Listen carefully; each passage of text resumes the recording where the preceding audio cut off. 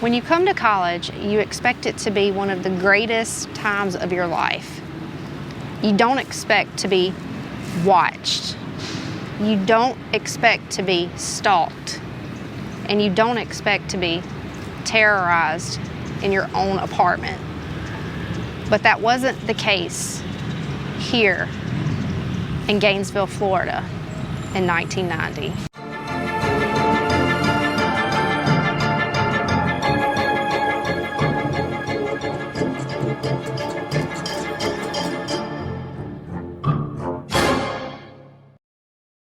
A shockwave here through the University of Florida campus. You know, it really makes me fear for my life. I just think it's really frightening that something like this can happen in your own backyard. Well, it was really shocking. We were sitting on the floor in the dorm and immediately got up and locked the door. It concerns my mother even more.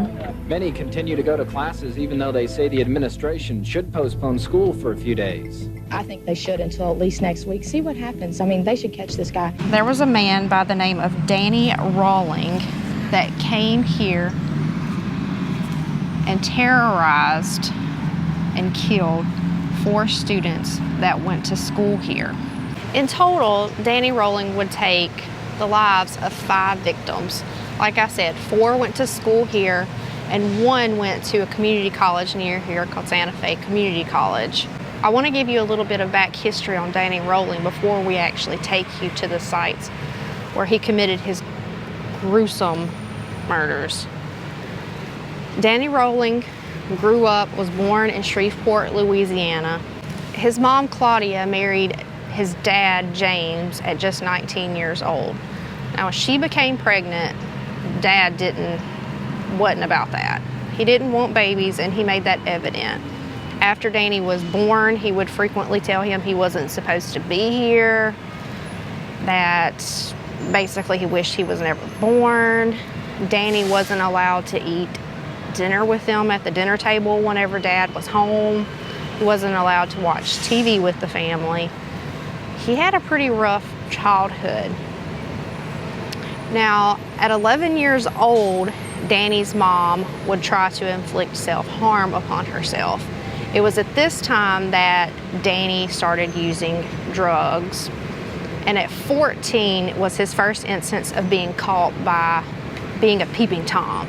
Danny also had trouble while he was in school. Teachers would often say that he had an inferiority complex and that he showed poor impulse control. At 24 years old, the mom, Claudia, claimed that she was sitting with Danny and his face changed. Now, this is probably just a more stoic, less caring expression. And basically Danny told her that he had more than one person inside of him and that the multiple people that were in him, one was evil and wanted to do bad things. In 1974 though, surprisingly, Danny somehow swooned a lady and got married. Now, he stayed married to this woman for 4 years. She eventually did leave him because he pulled a gun on her and threatened to kill her. That was kind of like the last straw. But they did have a child together. They had a daughter. And oddly enough, whenever Danny got brought to trial for the murders he was, charged with, she testified, and she told them that she never once saw Danny's dad do anything malicious to him or say anything malicious to him. She said, in fact, he was a caring dad. So, I don't know. Like, maybe they were just one of those families that kept it hidden. Sounds like it. But in 1990, speaking of the dad, Danny would go on to shoot his dad in the face. And that was when his dad lost an eye and part of his ear. So, that brings us to 1990. In August of that year is when the terror would rain down here in Gainesville. When he arrived here in Gainesville, Danny set up a camp, like a tent. It was like a one-man tent. And it was stated that it was in one of the wooded areas that the students would frequently walk through to go back and forth to class. So we've noticed, like as we were driving through, there are plenty of little patches of wooded area. So, I mean, it could have been any of these areas. There were plenty of spots that he could have easily have hidden himself. We have made our way to Williamsburg Village Apartments here in Gainesville. Now, this is a short distance walkable from the campus. Now, on August 24th, 1990, early in the morning, Danny Rolling would come out of these woods over here, climb up these steps, and break into that back door of apartment 113. Now, this apartment was shared by Sonia Larson, age 18, and Christina Powell, age 17. Now, basically what he would do was he would kind of find a female. He would start kind of following them around campus. He would learn that they lived alone or basically without another male. And he would kind of learn their routine and I guess figure out the best time to break into these places. So that night, what he did was, Christina Powell was asleep on the couch downstairs. He would stop, he would stare at her, look at her, check her out, and then he made his way upstairs to where Sonia Larson was asleep. He checked her out, whatever. Basically what he was doing was deciding which one he wanted to have relations with. Ultimately, he picked Christina between the two. So Sonia, he basically stabbed her in the chest and put tape over her mouth to muffle her cries, and he repeatedly stabbed her. She was conscious and everything for less than a minute before she passed away. So then he would make his way back downstairs to Christina, and he would tape her mouth, and then he would tape her hands, and then he would force himself upon her.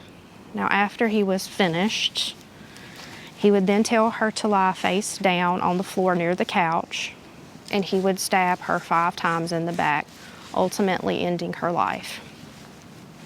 Now, after he was finished with these gruesome murders, he basically cleaned the bodies up, and he posed their mutilated body in a provocative manner.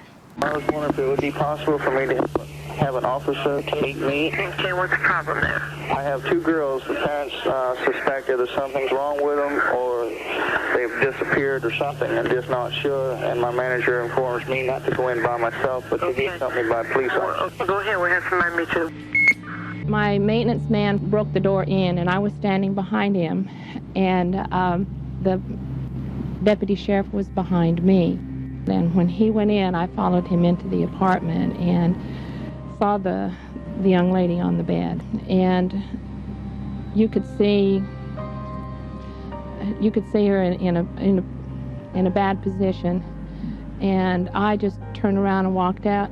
My maintenance man, unfortunately, ran down the stairs screaming, "Oh God, oh God," and came out and he threw up. And the sad, sad part about it is we had the parents behind us on the stairs. 2 white females that are deceased in this apartment right behind us. My great concern as I went home that evening, rather late, was that we have an individual that in my mind, personally, I felt would hit again. So as you can see, this door kind of leads to the 4 apartments that are within this building. There is actually an old photo of a police officer standing right here to the right side of the door. Not much has changed. In the photo, you can see that the door itself was solid. They've since added these little glass panes. They've also, this top part up here, the glass was segregated into little panes. Now it's just one solid piece. And it looks like the railing was different also, but the light fixture was the same. They've since added shutters to the windows, but ultimately not much has changed to this apartment complex since these 2 girls lived here.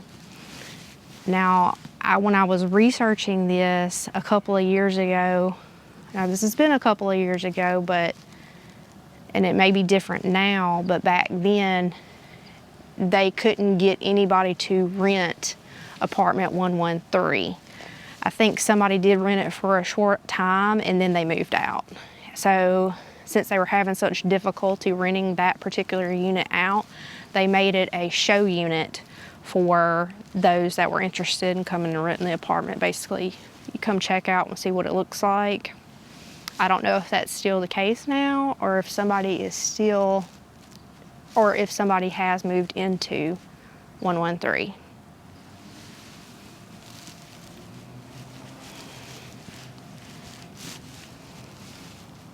We've made our way to where the second event occurred. Now we've parked down the road. We're gonna walk down the sidewalk because we've noticed that there is a no trespassing sign over here, and this is a very small apartment complex with the office basically sitting right in the middle. Where they can see everything. Yeah, so basically approximately 42 hours later, in the evening hours of Saturday, August 25th, Rawling broke into his third victim's apartment, Krista Hoyt. Now she's 18 years old. She worked part-time at the sheriff's office. Now she worked midnight, so she was not home whenever he broke in. So he waited for her in her apartment and she returned at 11 a.m. to which he surprised her with a chokehold and subdued her. Basically put tape over her mouth, taped her hands behind her, had his way with her just like the other victim. And then after that, he stabbed her in the back. This is the apartment complex. As you can see, there's another private property sign right there. So maybe a lot of people have come here and tried to film, so they're making sure to keep people out of there. Now, I don't know for sure which one of these was her apartment. I would guess it's one with wooded area on the back. I would guess just looking off of the picture because her door was on the end and there was no door wall next to it. It's got to be one of these right here on the right. Yeah. Either E or G down at the other end. So basically, once she was no longer alive, he kind of did what he did with the other bodies. But Krista's body was more gruesome than the other two. He sliced her torso open from the breastbone to the pelvic bone. He cleaned her body up. He positioned her on the bed, and the body was slumped over at the waist, like looking down. And he decapitated her. He placed her head on a bookshelf to stare at her body. Now, I've also read somewhere that at first he didn't decapitate her. I read that he actually left and then realized that he had left his wallet and went back, and then that's when the decapitation happened. So either way, that's how he posed her. Removed the tape and any traces of evidence. I also read in one thing that he ate a bowl of cereal here afterwards. And in all of these so far, that he's taken a shower at all these apartments, like after he's finished. One other thing that he also did to Krista's body was he sliced off her nipples and placed them on the bed beside the body. So horrible things. And basically, since Krista worked at the sheriff's office part-time, they knew she religiously came to work. Like, she was never late or anything like that. So when she didn't show up for work, they immediately, hey, like, you need to go check on her.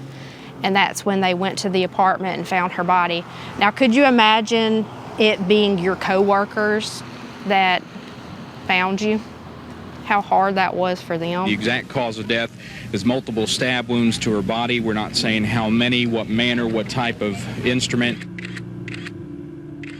The question now facing police is, are these murders related? We've made it to our third stop and site of the next murders. Now, this is the new name of this apartment complex. They actually tore down the old building and this is all new. Now, the old apartment complex that once sat here was called Gatorwood Apartments. And this was an apartment that was shared by Tracy Paul, she was 23 years old, and Manny Tabota, which was also 23 years old. So at approximately 3 a.m. on August 27th, Rawling broke into the apartment shared by these two. Now, he wasn't expecting Manny to be there. Now, Manny, you have to imagine, is a guy that's over 6 foot tall. He's a big guy. That would pose a problem for Rawling. Manny happened to see him come into the apartment. He pounced on him. These two started scuffling. Tracy comes out in the process and sees it, runs to her bedroom and closes herself in the bedroom. Now, you would think that Manny, being such the big guy, would be able to one-up on Rawling, but that was not the case. Manny would ultimately reach his demise at the hands of Rawling, who then proceeded to go toward the bedroom that Tracy had ran to, break through the door, tape her mouth, hand shut, just like the other victims, have his way with her, and ultimately stab her to death. We need CID crime scene and supervisor en route. Also, give me 2 additional units. We're still off that whole complex. The latest victims were found inside the Gatorwood apartment. The bodies of a young man and a young woman were found at about 8:30 this morning. We've made it to this memorial they created here in Gainesville to remember those that lost their lives during those few days in 1990. Now, this wall runs a good length.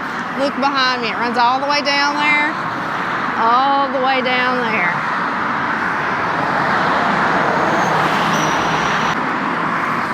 So as you can see, the memorial that they've painted says, "Remember 1990, forever in our hearts," and has each one of the victims listed here in order. And they've even added an extra nice touch, and each one of them has a rose out here. Now, if you get closer, it has this plaque. Says in remembrance. Maybe that's supposed to be a 2 right there, but I can't read it. In remembrance to those individuals who lost their lives in 1990. And it has Sonia Larson, Christina Powell, Krista Hoyt, Manuel Tabota, Tracy Pauls. You will never be forgotten. Now, they've added another thing to remember those also here in the median, just across from us a little ways up. These 5 palm trees in the median, each one of them has a plaque on it representing each one of the victims. That's pretty cool of Gainesville to still remember these people that lost their lives like over 30 years ago. We're here to visit his 3rd victim, Krista Hoyt. But before I take you over there, I feel like I need to explain more in what happened with Danny Rawling after and during the time of him committing these murders. Before he broke into Krista Hoyt's apartment, he actually robbed a bank in Gainesville. Stole, I think it was around $7,000. But the teller put one of those red dye packs into the bag. Naturally, when he opened it, all that dye busted and it like stained the money red. So you have to keep that in mind, okay? Also, during this time, he was walking with another guy on campus, and the guy kept walking, but Danny like took off running. So of course the cop's gonna be like, okay, this dude's up to no good. So he took off after him. Now, Danny got away, but he did find the tent, which had the money from the bank robbery. It had a cassette with Danny singing on it and saying his name on the cassette. And it also had bloody tools, like the screwdriver that he used to kill Manny Tabota, and the tools that he used to break into these apartments. So police have now collected all of this evidence. After ending Tracy and Manny's life, Danny steals a car. He makes his way to Ocala, Florida, where he commits another robbery. Now, this is not his second robbery. Remember I told you about the bank robbery. This is like, it's stacking up. Like, he's committed robbery several times in the southern states. But this particular time he gets caught. He robs a Winn-Dixie. They catch him. That he's in jail, okay? Now, let me back up and we're going to talk about another suspect, because the police did have a suspect in custody by the name of Edward Humphrey. He was 18. He had been arrested for beating his 79-year-old grandmother. Now, that's who their suspect was. They blasted this dude's face in the newspaper. I personally think the police were needing a suspect to basically take the heat off of them, because once these murders started occurring, they were right there at the beginning of the school year, and kids were like leaving the campus and not wanting to attend classes, which makes sense, because up until Manny's murder, you know, if you had a guy living with you, you had sort of a sense of security if you weren't by yourself. But when Manny got murdered, it was kind of like, we're not safe at all. In 1989, 3 other murders occurred in Shreveport, Louisiana. An older gentleman, his daughter, and his grandson. Now, his daughter was murdered in the same fashion as the other female victims in the Gainesville case. She was tied, like bound her hands, tape on the mouth, taken advantage of, and then stabbed. Tape removed, body cleaned, and posed. So they were already actively looking for a suspect in Shreveport. Now, what kind of broke the case was this lady by the name of Cindy from Shreveport called a tip line, and because she happened to be hearing them talking about it on the radio as she was driving through Florida, and she's like, she puts 2 and 2 together. At first she's like, no, it can't be him, but then it just keeps nagging at her, and she's like, well, maybe I need to call, because she recalls some disturbing things that Danny had told her.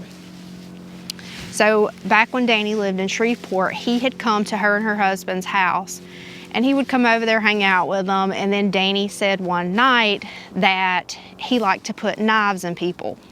And the husband was like, dude gotta go. He gotta go. And then she also recalled that he had told her that one day he would leave there and move to where it was sunny and he could stare at the pretty women all the time.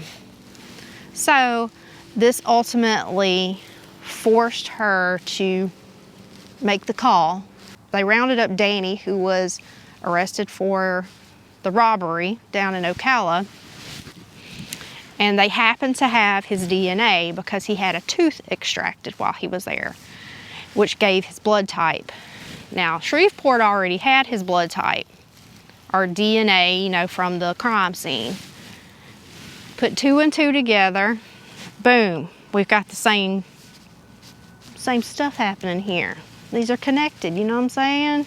You put that together with the evidence that they collected at the tent, with him on the recording and the bloody screwdriver for Manny, and on the tape he's saying his full name, you got your suspect.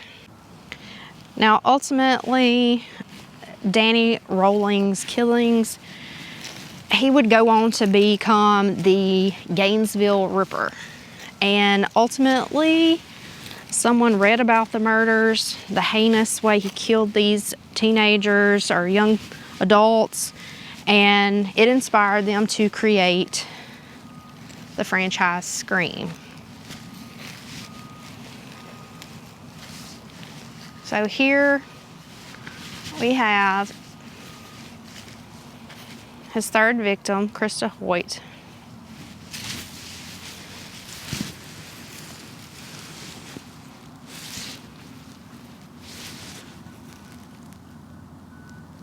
So Danny was ultimately charged with 5 counts of murder.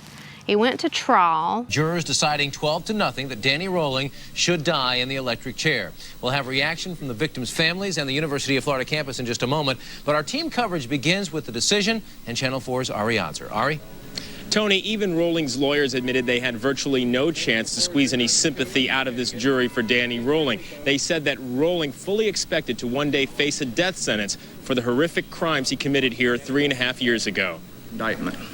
Danny Rolling said he killed 5 students to send a message to Gainesville. Today, the jury sent a message to Danny Rolling. A majority of the jury, by a vote of 12-0, advise and recommend to the court that it impose the death penalty upon Danny Harold Rolling. Unanimous death recommendations for each of Rolling's murders. Danny Rolling, for whatever reason, and it's far beyond what I'll ever understand, decided to visit horror on this town and on these students in ways that it's unimaginable. Rolling terrorized his victims: Sonia Larson, Christina Powell, Krista Hoyt, Manny Tabuada, and Tracy Paulus. After the decision had been made for punishment, with death, they give you the opportunity to stand up at this point and be like, it's basically your opportunity to apologize to the family, say you're sorry or whatever. But this dude stands up, doesn't say he's sorry to the families that are there. He just turns around and starts busting out in song to his girlfriend, in the middle of the courtroom. I recall the day I first saw you. I reached out to say I love you, but it was hard to say. I couldn't touch you. So tell me, baby, what were my words? All my tears run together. Excuse me, Mr. Rollins. Down the path you choose to follow. Mr. Rollins. So tell me, baby, what were my words? All my tears run together. What were my words? All my tears run together, baby, just like rain. Okay, you get one song and that's it, Mr. Rollins. We're not here so that you can address your friend. We're here for sentencing. No. Whatever. Anyway, I do think it's kind of funny when they developed Ghostface.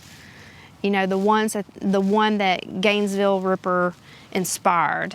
If you look at Danny Rolling, his face, he has this really, I don't know how to describe it, but it's really kind of downward slope. He appears like he looks super sad. And to me, it looks a lot, it resembles the ghost face. Oh, the mask. Yeah, the mask used in the movies. I don't know, but Danny Rolling, what he did was terrible, terrible, terrible. And these people, these kids should not have gotten that. Our last stop in the Danny Rolling, aka Gainesville Ripper case, brings us to the Florida State Prison Cemetery. Now, he was held just beyond those trees at the Florida State Prison. He was convicted of five counts of murder and sentenced to death by lethal injection. It's said that the members of the slain were there to witness them carry out this deed, and that he sang a song saying these words on repeat: "None greater than thee, O Lord." Looking for the final resting place of Danny Rolling, it's missing.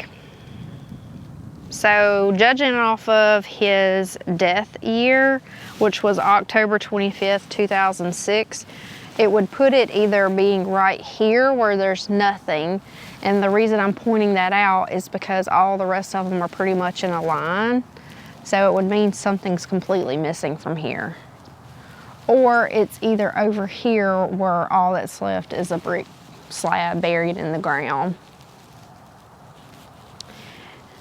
Because all of these are in order of death year. So over here, it starts with 11/4 of 2006. That's 1019. That one over there is 1019.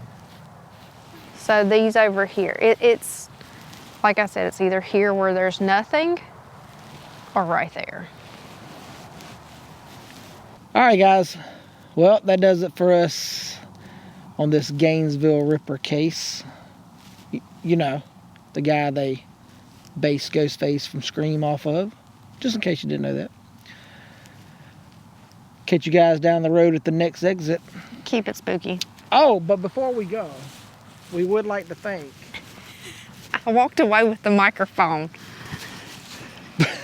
But before we go, we would like to thank our VIP Road Warrior Patreon member, the Crypt Lady. Later.